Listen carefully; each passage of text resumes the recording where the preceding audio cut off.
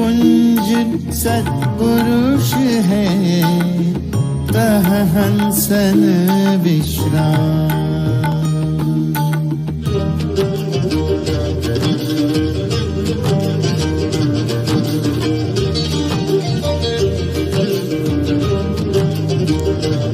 VYGOS is Vihangam Yoga Global Online Satsang, which is scheduled every Sunday morning at 7 a.m. Indian Standard Time.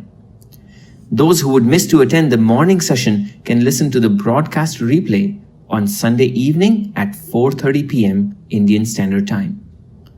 The aim of this forum is to give the entire world an opportunity to learn the ancient science of meditation and benefit from this pious service inspired by Sadguru Sadafal Devji Maharaj, the pioneer of Vihangam Yoga. If you are interested in learning the technique or want to conduct a program at your place, and for any inquiry related to it, please feel free to write to us at info@vihangamyog.org. That is info@vihangamyoga.org.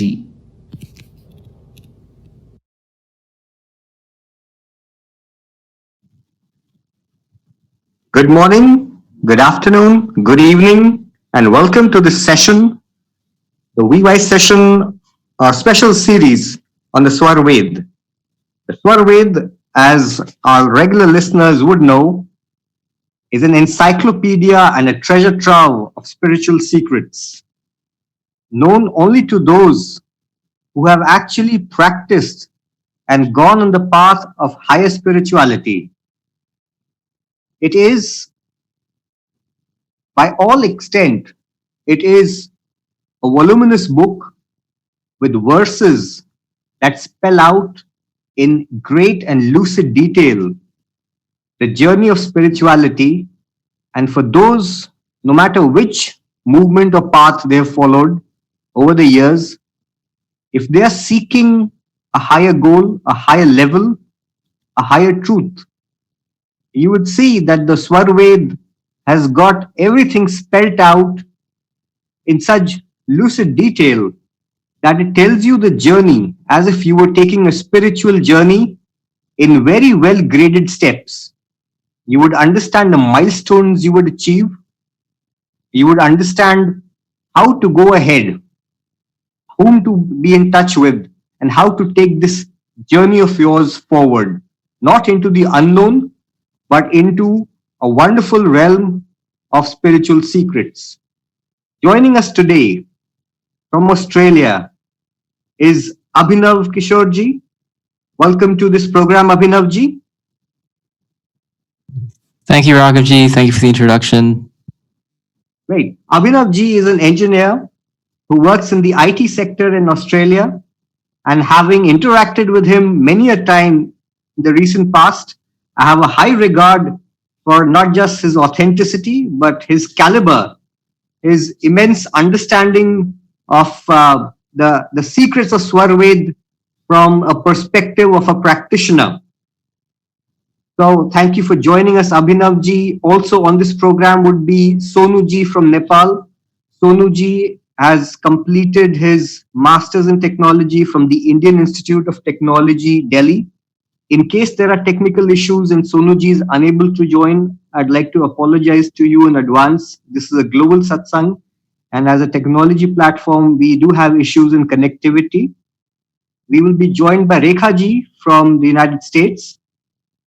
And I'm Raghav, so I'm hosting this particular session of the program from Noida in Delhi, NCR, India. We begin by the recitation of the Swagat Gan, which invokes the power of the Sadguru.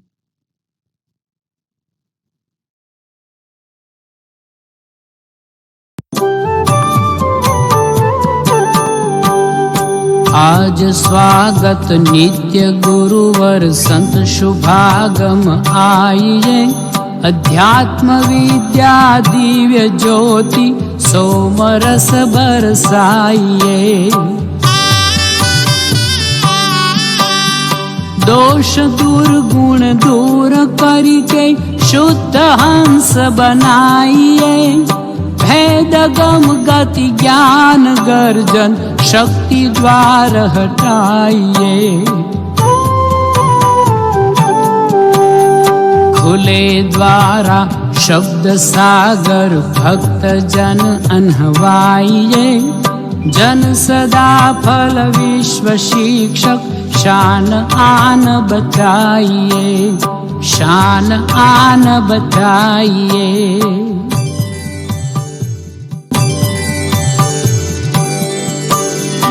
विश्व शांति नाम मंगल परम गुरु को ध्याइए।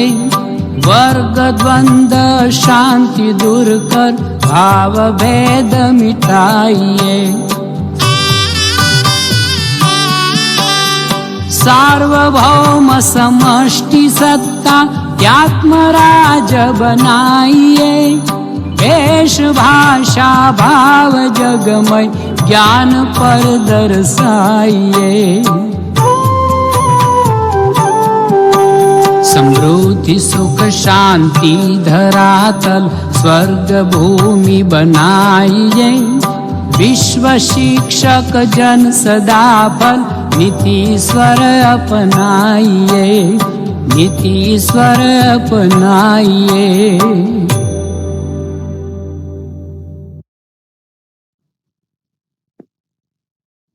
That was a rendition of the Swagat Gan, quite literally a welcome, an ode to the power that guides us, the power of the Sadguru.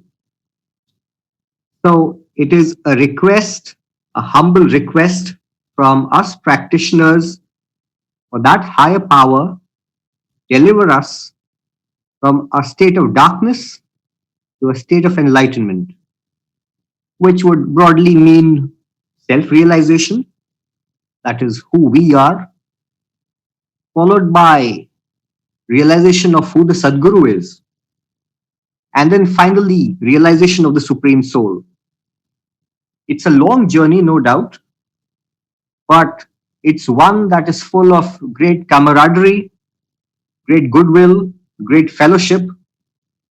And for all people around the world, no matter what age, what caste, religion, sect, creed, gender, no matter what affiliation, religious affiliation you have, Vihangam Yoga is open to one and all, and it looks at everyone with the same level of equanimity, equality, and fraternity. Taking today's sessions forward, we would like to introduce you to that wonderful treatise that I was referring to, the Swarved. May we begin this day's session with a rendition of verses from the Swarved before we take up discussion on the Swarved with Abhinavji. In case you have any doubts, any questions, please do post them on slido.com. So when you go to slido.com, you can type in VYGOS in caps, and you can post your questions there, and they will reach us. May I now request for the Swarved verses to be broadcast. So my friends, why should we do VY Pracham?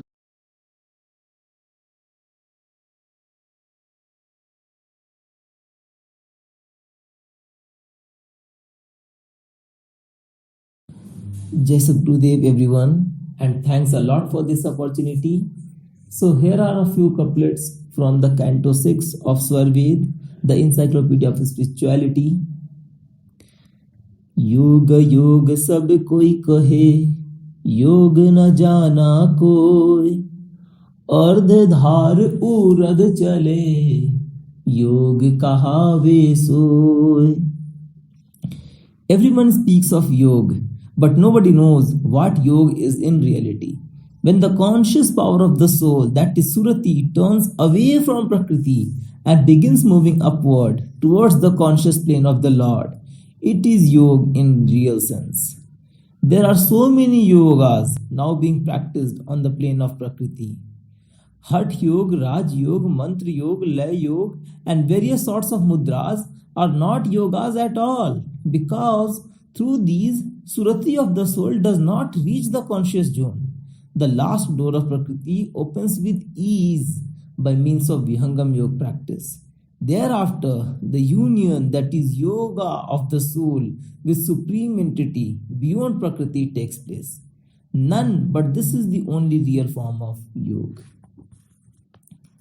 पूरा सदगुरु खोजो हंसा भव प्रकटे सुकृत का वंशा योग रहस्य भेद बतलावे पंच शून्य का मंडल गावे हद बेहद दोनों लख आई अगम अगाध तहाँ सुधि पाई अक्षर अजपा अधर प्रकाशा अक्षर माहनी अक्षर वासा नि अक्षर निह तत्व अबानी नाम अजर जग पुरुष समानी धर अरु अधर पार मम धामा शुद्ध देश सतपुरुष अनामा व्यापक विश्व विश्वंभर देवा शब्द स्वरूप अगम गम सेवा व्यापक विश्व विश्वंभर देवा शब्द स्वरूप अगम गम सेवा. O pure souls, acquired the practical process of Brahma Vidya after searching out a perfect Sadguru. He appears in the world in the lineage of the eternal Sadguru and inherits all his efficiency and powers. It is he who initiates person into practical method of yoga. He teaches the secret know-how of the 5 voids through which perfect knowledge of Prakriti as well as Supreme Entity is attained, and the conscious energy of the soul reaches the infinite zone of consciousness and becomes stable therein. The Ajapa sound of Akshar is automatically going on in the zone of vast void. The Hani Akshar Lord pervades that zone of Akshar. He is beyond the access of Prakriti, unattainable through the speech and senses, is unfathomable, unchanging, and all-pervading. The soul's own home is beyond Prakriti and Akshar, in the purely conscious zone of immortality. That is the zone of the nameless Supreme Lord and his purely conscious form. He pervades the whole cosmos, is the sustainer of the whole universe, bestower of divine power in the form of word and attainable through service of Sadguru, attending his discourses and meditation under his guidance. That's all from here. Jai Sri Sadguru Dev Bhagwan.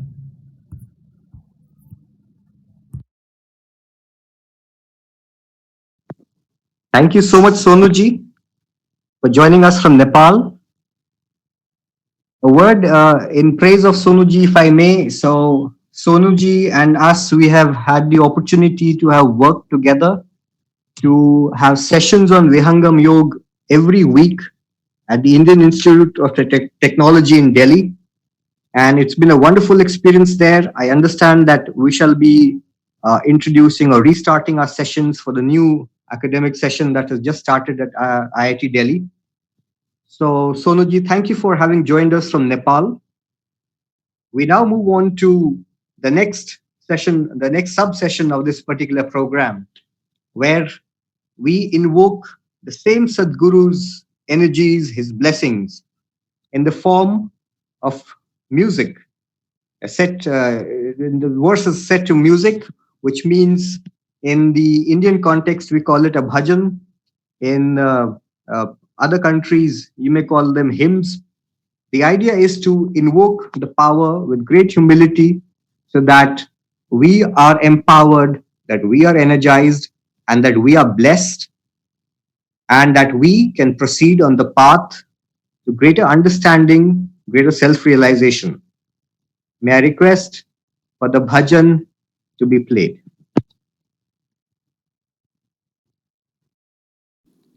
Thank you, Raghavji, and Jai Sadgurudev, everybody. Today's bhajan is about bhakti. Kabir Sahib says, the path of devotion is very, very narrow. Bhakti is a fine thread of prem or devotional love that binds the soul of a devotee with the lotus feet of the Lord. Bhakti is intense devotion and supreme attachment to the God. This happens when a seeker's consciousness always remains in devotion, just like a fish in water. And for this, we all should seek the shelter of Lord Sadgurudev. So let's hear the bhajan. Bhakti ka marg jhinari charanan lavlina. Bhakti ka marg jhinari charanan lavlina. नहीं चाहा नहीं चाहना नहीं चाहा नहीं चाहना चरणन love Leena रे. भक्ति का मार्ग झीनारी चरणन लवलीना. साधन केरी रसधारा में साधन केरी रसधारा में रहे सुनिश दिन भी नारी. भक्ति का मार्ग झीनारी चरणन लवलीना. भक्ति का मार्ग झीनारी चरणन लवलीना. नाम भजन में सुधी बसी रे. नाम भजन में सुधी बसी रे. जैसी जल मीना रे. भक्ति का मार्ग झीनारी चरणन लवलीना. भक्ति का मार्ग झीनारी चरणन लवलीना. संत शरण में देख ले. संत शरण में देख ले. कुछ विलंब नहीं की नारी. भक्ति का मार्ग झीनारी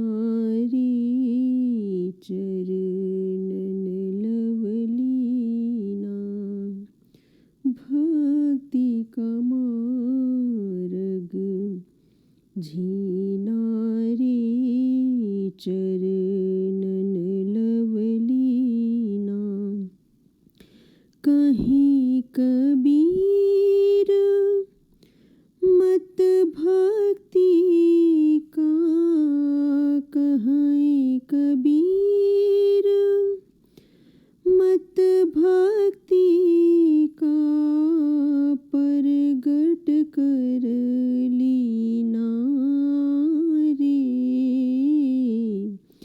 भक्ति का मार्ग झीना रे चरणन लवलीना भक्ति का मार्ग झीना रे चरणन लवलीना। बोलिए सदगुरु देव की जय। Over to you, Raghav ji. Thank you, Rekha ji.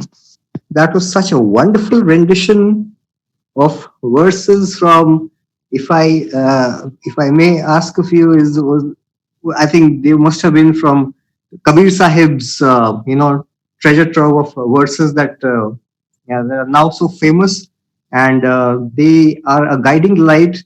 They're a principle that has guided not just people of one particular religion, but multiple religions that have been professed and practiced in India, at least for a number of years. So the key takeaway that I see from this particular bhajan is that the path of bhakti, the path of devotion, yes, it is highly dependent, or is a function of the kind of surrender that you have to the charan of the Sadguru, of the guiding light. And so thank you so much for this rendition, Rekha ji, and for having joined us from the United States. So listeners, as you can all see, as you can all hear, we are joined by wonderful people from all across the world for this particular session, and they have taken out time to be part of this session, and we'd like to thank you also for taking out time to be part of the session, no matter which part of the world that you're in. And moving on, may I now inform you that we shall be starting the main discussion of the day with Abhinav ji, who is a young practitioner of Vihangam Yoga, and like all the other speakers that I have interacted with in my personal life, he's a wonderful person, and he's a conversation with Abhinav ji, just like with the other speakers of today, is like a pathway, is like a portal into Vihangam Yoga, the wonderful realm of Vihangam Yoga. So at any point of time, if you have questions for Abhinav ji or me, please do put them on slido.com. So that's slido.com. You would have seen that particular link on the broadcast message that you'd have received. So please feel free to sign in. And you need a sign in. You just need to post in your questions. Once you go to slido.com, you can type in VYGOS in caps. That's VYGOS. So thank you, Abhinav ji, for taking out time for this particular session. And how's it like in Australia? How's Vihangam Yoga doing in Australia? Yeah, thanks, Raghav ji. Right back to you. You're constantly inspiring us to do a better job as well and try to be a better practitioner every day. Yeah, Australia is, it's Diwali time in Australia and all around the world. So to everyone listening, first of all, happy Diwali if you are observing Diwali. In Sydney, Australia, we meet people from all over the world, and we're very lucky that we get to spend time talking about different concepts. It's very interesting to see how we're all kind of looking for the same things in life and how we converge toward ultimately the same kind of ocean of truth, in different ways, but in a very ultimate way, we kind of reach there. So hopefully our discussion today will kind of illuminate some of these things in the context of the Swarved and the author of Swarved. So really looking forward to sharing this conversation with you. Absolutely, Abhinavji. So, if I might begin and cut to the chase, as it were, and ask you straight away, you know, just for the benefit of first-time listeners, what is the Swarved, and why is it not as well known as the say the Vedas of that of antiquity?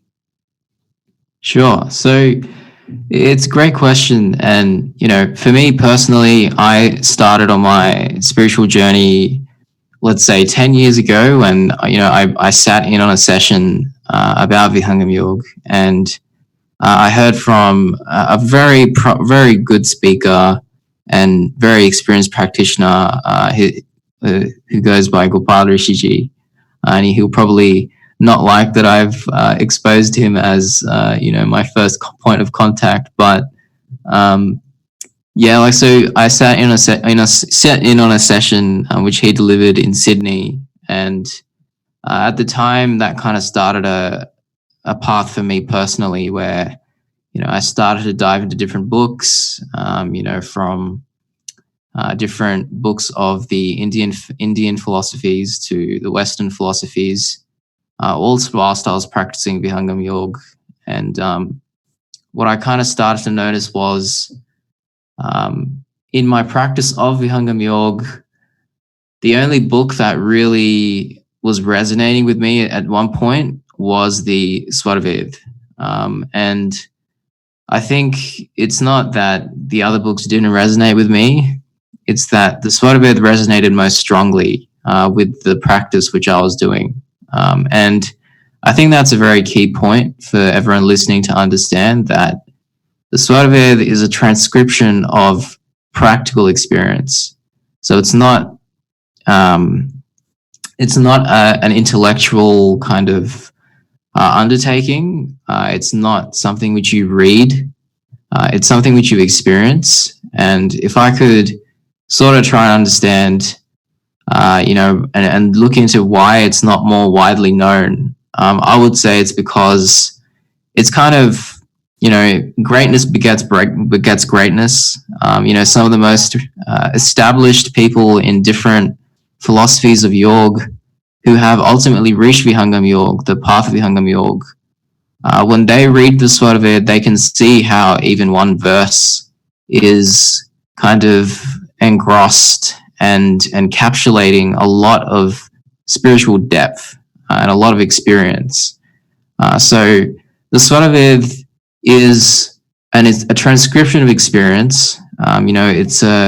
It's split into 5 mandals, as we refer to them. And in each of these mandals, there's between 10 to 18 chapters and between 500 to 1,000 verses, a total of 3,137 verses, in which just in rhyming couplets, we hear from the founder of Vihangam Yoga. So the person who wrote the Swarved, Sadguru, Anant Shri Sadguru Sadafal Devji Maharaj.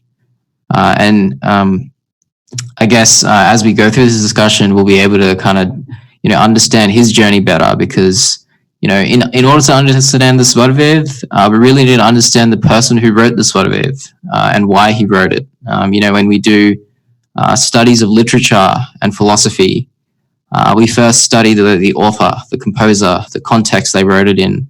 And the Swarved is no different. It's definitely a timeless piece of work, which makes it very unique.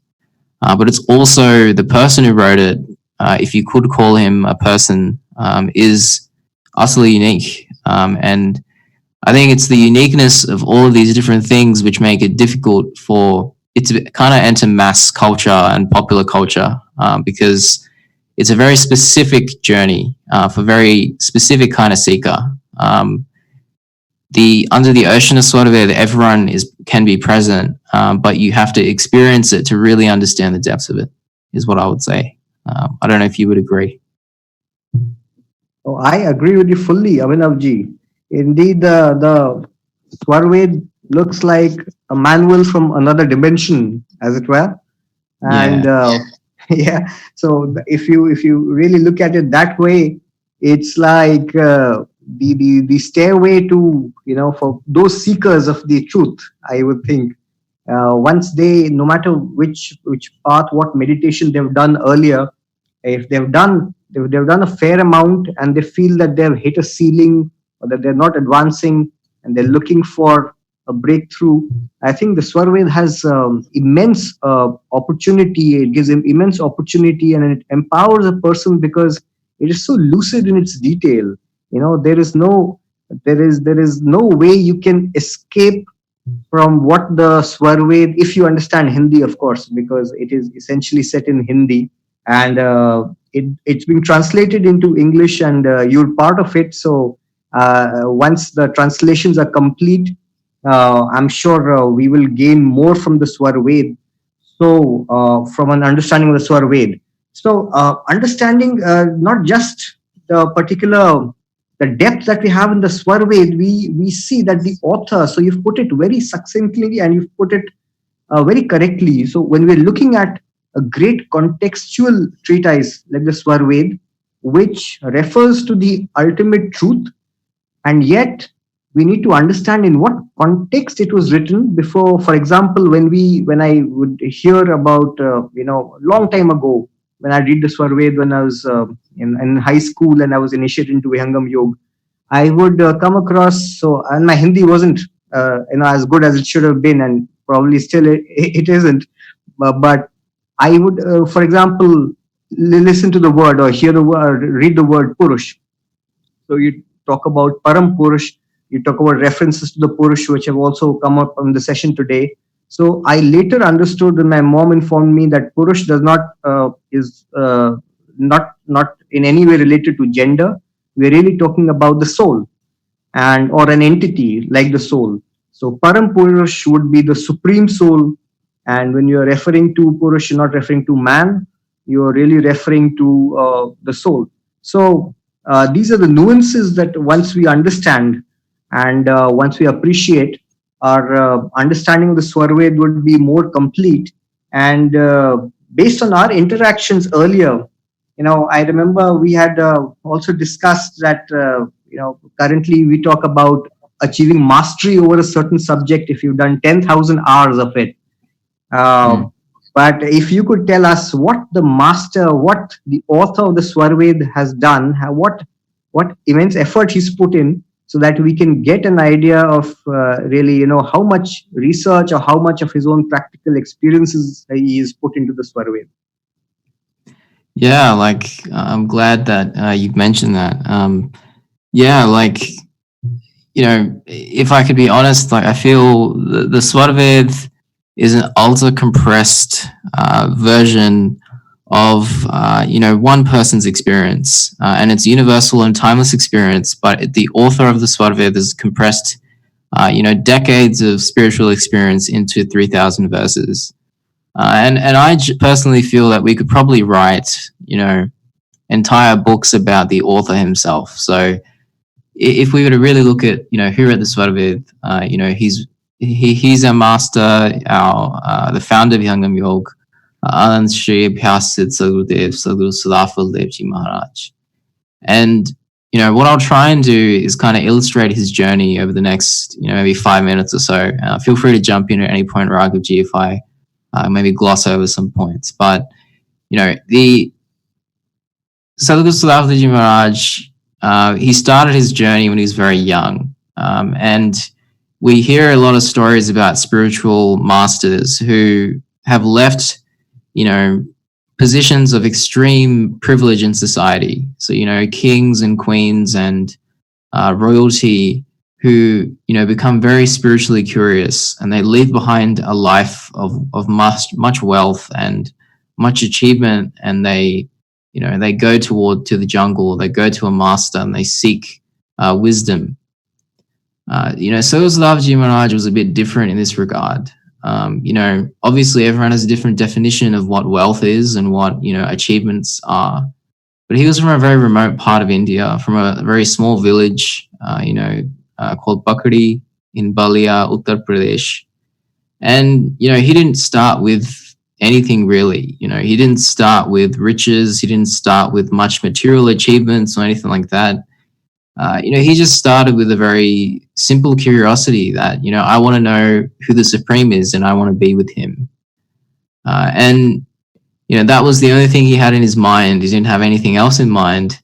And, he went around to everyone in his community. He explored as much as he could, and he decided ultimately, I need to go on this journey. I have this goal. I have this thirst. I need to fulfill it. And if you were to try and reenact his journey, you would have to go to your front door right now and leave and not have a plan. And you just leave and you go and you're in search of the Supreme. There's no internet, mind you. There's no technology. This is in, the 1880s when this journey would have began. And he's going on this journey. He's exploring. He's trying to answer this question. Who is the Supreme and how do I achieve the Supreme? So already you can see there's a lot of courage there. And mind you, I haven't even mentioned that he went to the front door and he left at the age of 11. So you would have to reenact this at the age of 11, when most of us are, let's say, exploring different things in our life.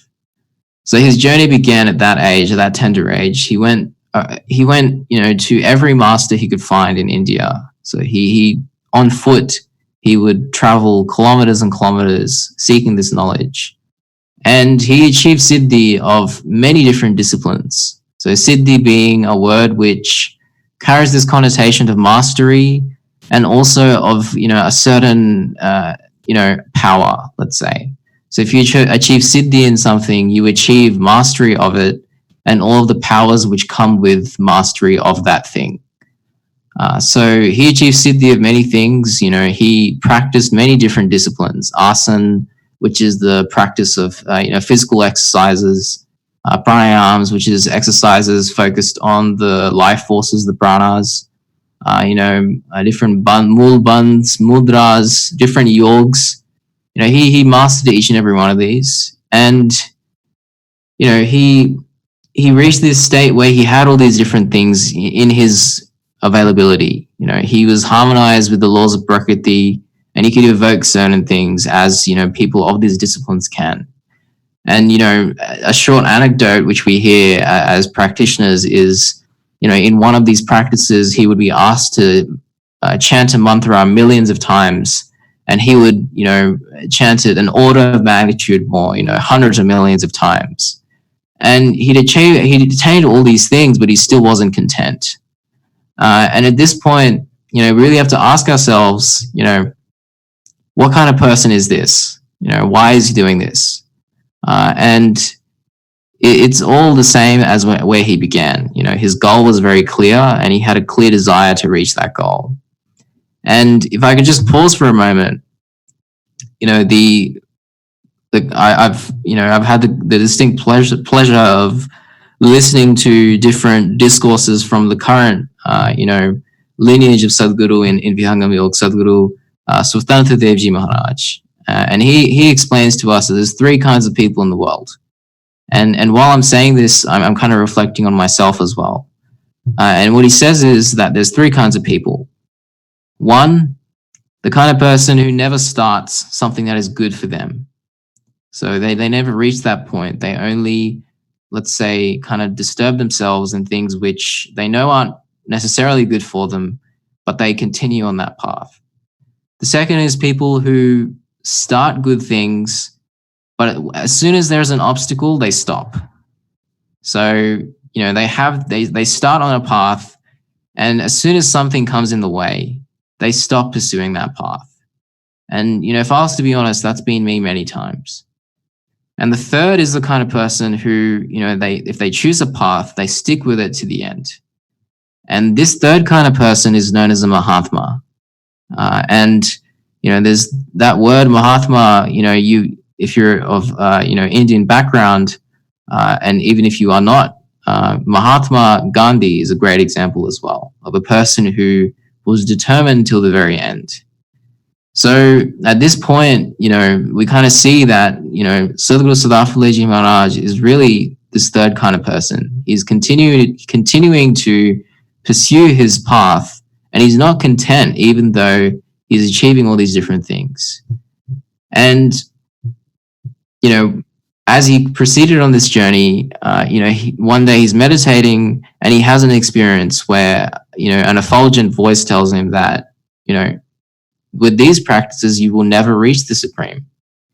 And, you know, he's very sorry, he's very sullied, he's very, you know, obviously saddened because he knows this, you know, he's self-aware that he's not reaching his goal, and the voice disappears. So, you know, the story continues that, you know, and I don't want to go and, you know, take too much time on this, but the story continues that he continued his journey. And at one point he was doing yoga for 16, 17 hours a day, which if you reflect on it for a moment is double the amount of hours we do at work every day. And he didn't take weekends off, mind you. So, you know, he's continuing this journey, and eventually the eternal master, the Nityananda Sadguru, he instructs him into the practice of meditation, after which he spends 17 years pursuing that meditation. And to put that into perspective just shortly, that's 6,205 days, approximately 140,000 hours. That's almost an entire slice of one's life. So adolescence, adulthood, middle age, old age. And as you kind of referred to, Raghavji, in your question, modern science tells us we need 10,000 hours to practice something. So he, you know, exceeded that by a magnitude of 14.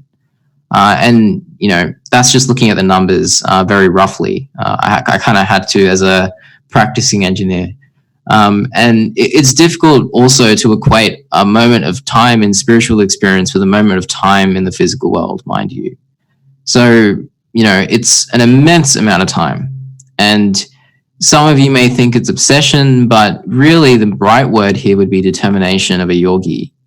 And we finally kind of reach where we started, which is who is the author of this book. And his name is Anant Shree Abhyasit Sadguru Sadafal Maharaj. So if I was to just unfurl that a bit, Anant Shree kind of means, you know, in the Indian kind of culture, we have this honorific of Shree.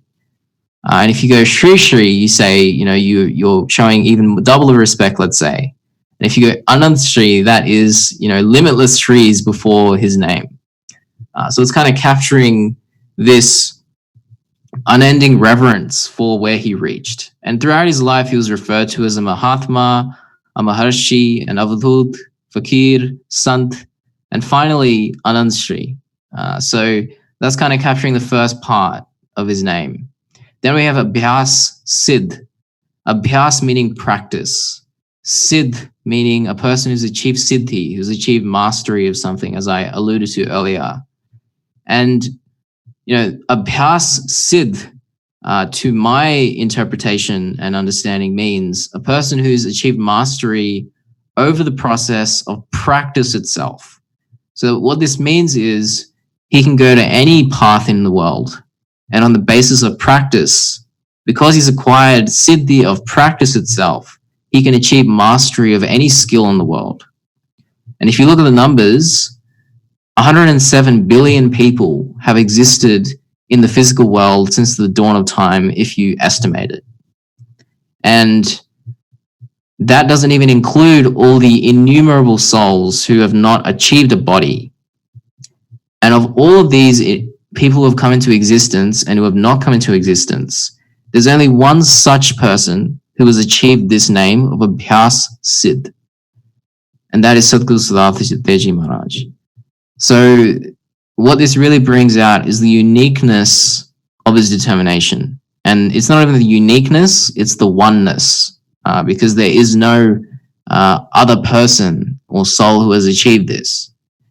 And finally, we get this Sadguru, which was referred to earlier. So he's not just the guru of the prakritic domain, of the material domain. He's also a guru of the conscious domain and beyond. So he's a person who can take you to a state of conscious oneness with the Supreme. Then we go to Sadafal Dev. So as the current Sadguru Dev says, Sadguru Swatantra Devji Maharaj, as he explained in one of his Amritwanis, in one of his discourses, there's some entities of the world which provide you with phal, with fruits on a seasonal basis.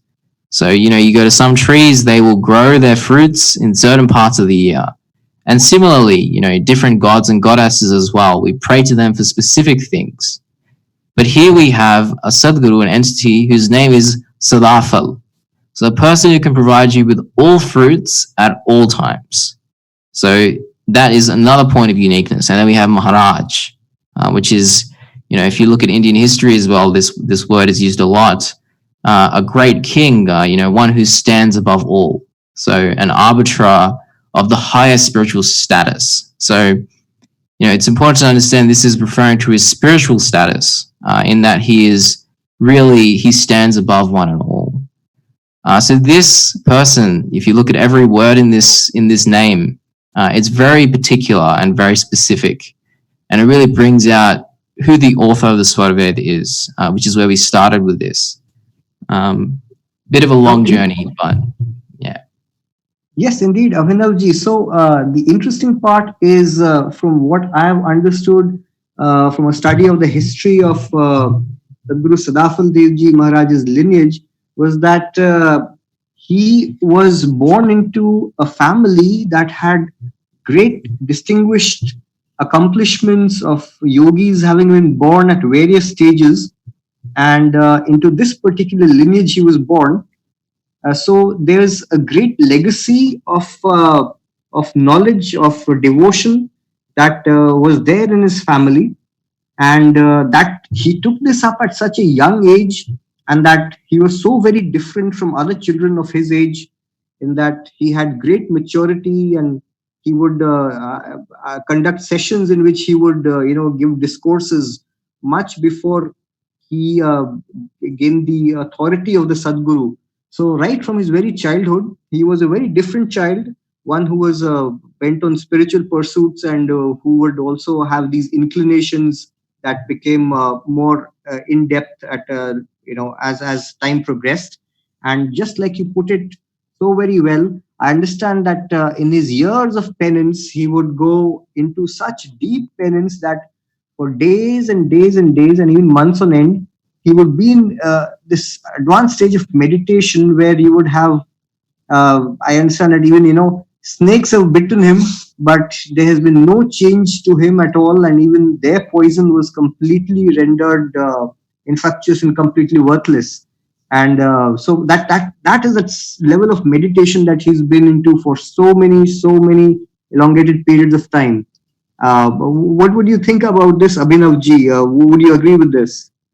Yeah, definitely. I think it really brings out, the uniqueness of his practice. And, he was also, unlike, let's say, the popular belief that yogis are away from society, after he attained the status of Sadguru, he fought for the independence of India with a lot of heart and a lot of struggle. And the Swarved actually emerged during this time when he was fighting for the independence of India.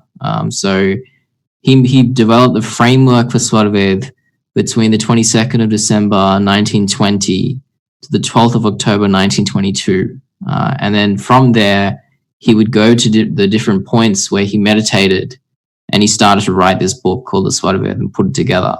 And he finished it in 1938, and he wrote it when he was in his 50s. But today, it's one of the most unique books you can ever come across because of all the things you just mentioned, Raghavji. And in fact, the fact that, for example, if I have difficulty, and I have a lot of difficulty in understanding many of the verses of Swarved, but when I read the commentary that's given by Acharya Shri Prathamji, so that commentary, if you could, tell us a little more about, why it explains it so well, it makes things so much simpler that it's easy for anyone who knows Hindi to understand. If you could tell us a little bit more about that, Abhinavji. Yeah, so the important thing here is, you've got a rhyming couplet written by Sadguru Sadafal Devji Maharaj, which is then being expanded upon by Sadguru Dharamchandra Devji Maharaj.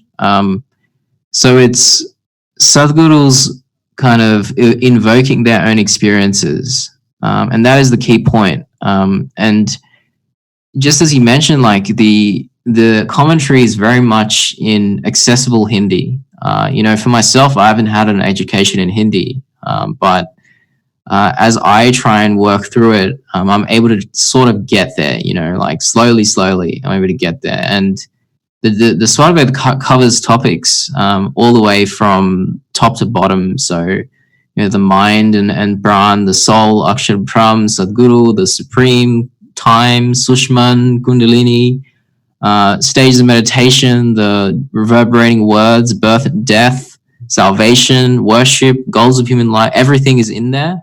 And thankfully, each of these verses are expanded upon in very accessible Hindi by Sadguru Dharam Chandradev Ji Maharaj, and the Uttarad, the final most secretive kind of mandal, to my knowledge, has been expanded upon by Sadguru Subhanadev Ji Maharaj.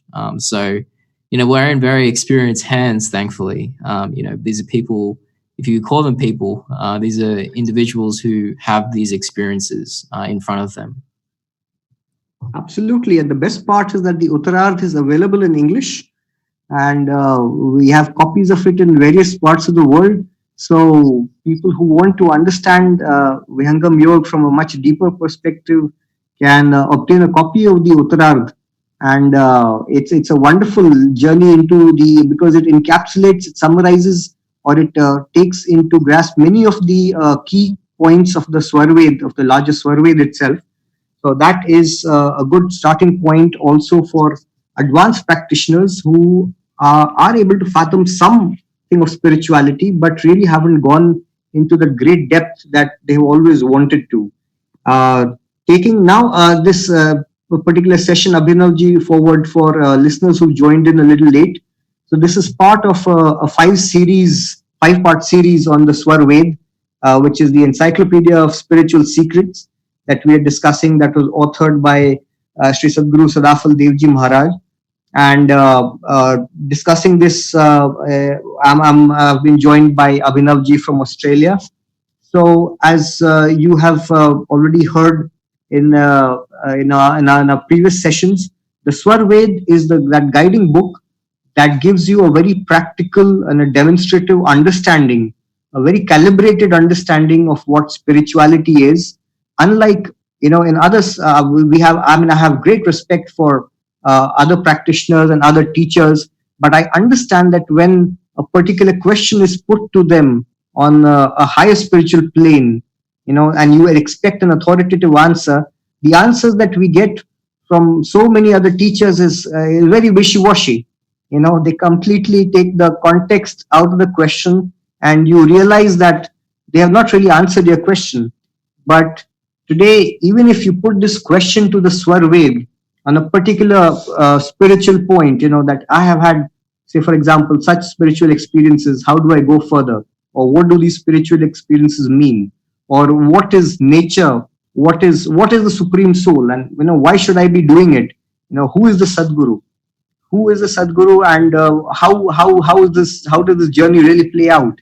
And the Swarved gives it in such great detail that you would truly be baffled, and you would say that, okay, yes, this is indeed the book that I was looking for. So it's really incumbent on us, if we want to take a spiritual journey forward, to really seek out the Swarved and the Vihangam Yoga organization, which is all the contact details are available on the www.vihangamyoga.org website. We also have a website in the US, which is us.vihangamyoga.org, if I'm not mistaken. So please do contact us. May I now request a final roundup of today's discussions from Abhinavji before we before we go into the Shanti part, which marks the end of this particular day's session. Sure. So, as we've kind of looked at today, we dove really into today the author of Swarved, so that we can kind of lay the groundwork for what the Swarved is. And the most unique things here to really take away are that the Swarved is encapsulates the experiences of a yogi. And it's unique in that it is not an intellectual exercise. It is a description of experience. And it is my hope that all of you listening are able to interact with the Swarved through your own experiences, which is very much the reason for which it was written and the motivations behind its inception. So thanks for having me today, and thanks for such a great conversation, Raghavji. Thank you, Abhinavji. And we shall now move towards the Shanti part, the significance of the Shanti part, and the fact that I have done this for so many years since I was in my school days, is that if you understand the Shanti part and you focus on what the Shanti part is really seeking from the Sadguru, is peace. And it's not just peace of mind. It's an amazing thing. Once you get into the practice of Vihangam Yoga, you understand the difference between the mind and the intellect.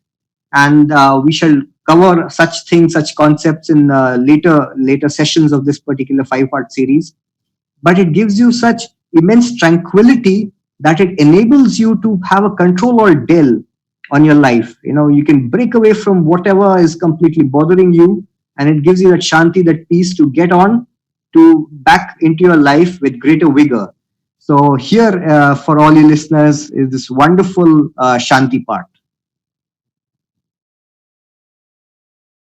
विराग त्याग की शांति हो, उदासीनता शांति, सेवाजित शिष्य शांति हो, सत्य शांति हो शांति। हे प्रभु शांति स्वरूप हो, शांति शांतिमय शांति, शांति शांति जन शांति हो, पूर्ण शांतिमय शांति। हे प्रभु शांति प्रदान कर, दूर हो सर्व अशांति, देव सदा फल शांति में, शांति शांति सुख शांति। हे प्रभु शांति प्रदान कर, दूर हो सर्व अशांति, देव सदा फल शांति में, शांति शांति सुख शांति।